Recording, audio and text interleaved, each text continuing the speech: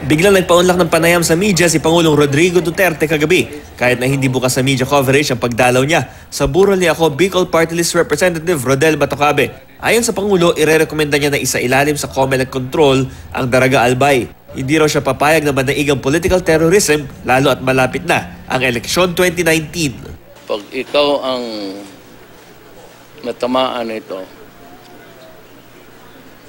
babalik ako dito, pahiyain kita. You know what? Akyatin kita sa bahay mo, sampaling kita. Kung gusto mong subukan, paggawa ka pa ng isang kalukuhan. Ngayon, pag napundi ako sa iyo, babarilin kita. Kung yan ang paraan lang para magkaroon tayo ng kapayapaan na peaceful election, then don't not system. Ang election is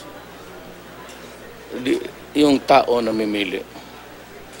Maski sabihin mo yung tao na ugaling aso, if it's the choice of the people, then so be it.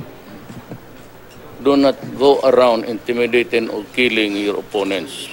Nagpaabot siya ng pakikiramay sa pamilya Batocabe, maging sa kaanak ng nasabing police detail na si SP01 Orlando Diaz na nakaburol sa Ligao City. Sasagutin na raw ng pamahalaan ng pag-aaral at pabahay para sa 4 na anak ni SP01 Diaz. Naniniwala si Pangulong Duterte sa sinabi ng mga rebelde komunista na hindi sila ang pumatay kay Batocabe. Nagpahiwatig ang Pangulo na politika ang dahilan kaya pinatay si Batocabe. Wala siyang binanggit na pangalan pero may mensahe siya para sa kalaban ni Batocabe sa politika.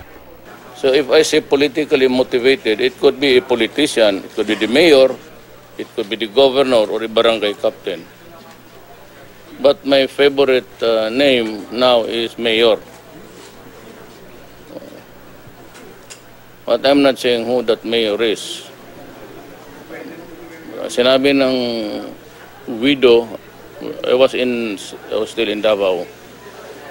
Sa news kana was listening before flying in.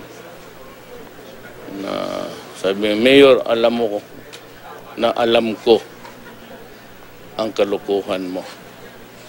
Sabi ng asawa. Kaya sabihin ko na lang rin, Mayor, I joined the widow. Baka ikaw nga. Kaya may tatakbo as substitute. Matatalo ka man talaga.